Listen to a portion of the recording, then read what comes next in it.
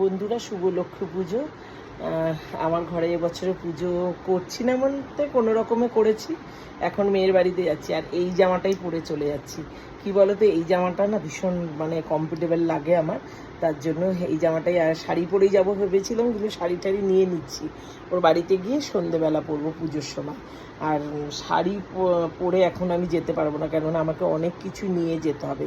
সবাই চলে গেছে, আমি একাই আছি বাড়িতে।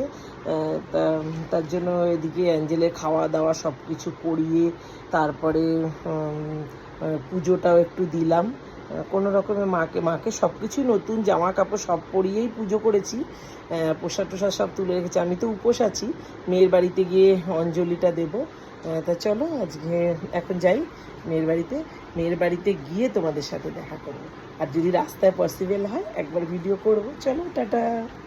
আর এই দেখো, আমার পুজো হয়ে গেছে। এই যে মাকে বেনারসি শাড়ি পরিয়েছি আজকে, এইভাবে সাজিয়েছি মাকে। আর এই হলো বাবা, আর এই হলো মা। এইভাবে সুন্দর করে আজকে সাজিয়ে কোনো রকমে গোপাল সোনাদেরও সাজিয়েছি।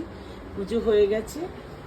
হ্যাঁ, তারপরে আমি এখানে দেখো প্রসাদ কিন্তু সব তুলে রেখেছি। আজকে সব কেনা প্রসাদ দিয়েছি, তিলের নাড়ু, নারকেল নাড়ু, চিড়ের মোয়া, খইয়ের মোয়া সব কিছু দিয়েছি। আর ফলও গোটা গোটা ফল দিয়ে দিয়েছি ওখানে।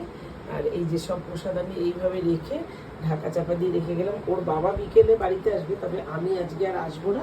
ওর বাবা এসে সব কিছু তুলে নেবে, এখন আর আমি তুললাম না। আর এই যে অ্যাঞ্জেল আজকে আমার দেখো একদম অসহায়ের মতন বসে আছে আমার সোনা। কেউ নেই, জামা কাপড় আমরা পরলেই বুঝতে পারে যে কোথাও যাচ্ছে। তা ওকে নিয়ে যাও, কি বলো তো, ও একটু বড় সাইজের পোষ্য, তো ওকে তো সব জায়গায় নিয়ে যাওয়া যায় না, কিন্তু তুলোকে নিয়ে গেছে, আমার দাদার মেয়ের পোষ্য ও।